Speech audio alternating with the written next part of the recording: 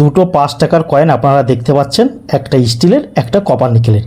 স্টিলেরটা কী করে বুঝবেন? এই দেখুন, চুম্বকে দিলেই কিন্তু ধরবে, ম্যাগনেটে দিলেই ধরবে, সেটা হচ্ছে নিকেলের। এটা কিন্তু চুম্বকে ধরবে না, কখনোই চুম্বকেটা কিন্তু ধরবে না। কয়েনটা তো কয়েনের মধ্যে যে কয়েনটা দামি সেই কয়েন সম্পর্কে বলবো। সেই কয়েন সম্পর্কে জানার আগে ভিডিওটি ভালো লাগলে অতি অবশ্যই আমার চ্যানেলটা সাবস্ক্রাইব করবেন ও ফলো করবেন। দুটো 5 টাকার কয়েন, এটা স্টেনলেস স্টিল আর এটা হচ্ছে কপার এবং নিকেল, এই দুটো ধাতু দ্বারা মিশ্রিত। এটা কিন্তু 9 গ্রাম, এটা 6 গ্রাম।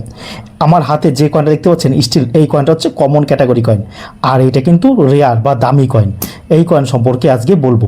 এই যে দেখতে পাচ্ছেন 5 টাকার একটা কয়েন, সেটা হচ্ছে কি ডান্ডি যাত্রাকে 75 বর্ষ, 75 ইয়ার্স অফ ডান্ডি মার্চ। দেখতে পাচ্ছেন 1930 আর 2005।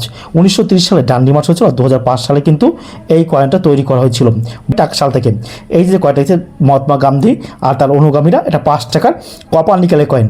এই ধরনের কয়েন থাকলে আপনারা কী দামে বিক্রি করতে পারেন? এই ধরনের কয়েন আপনাদের কাছে কিন্তু পাওয়া যায়। এই ধরনের কয়েন থাকলে আপনারা 5,000 টাকা থেকে কিন্তু 15,000 টাকা এই ধরনের কয়েন আপনারা আমার কাছে বিক্রি করতে পারবেন। আমি থাকি পূর্ব বর্ধমান মেমারি নিমো।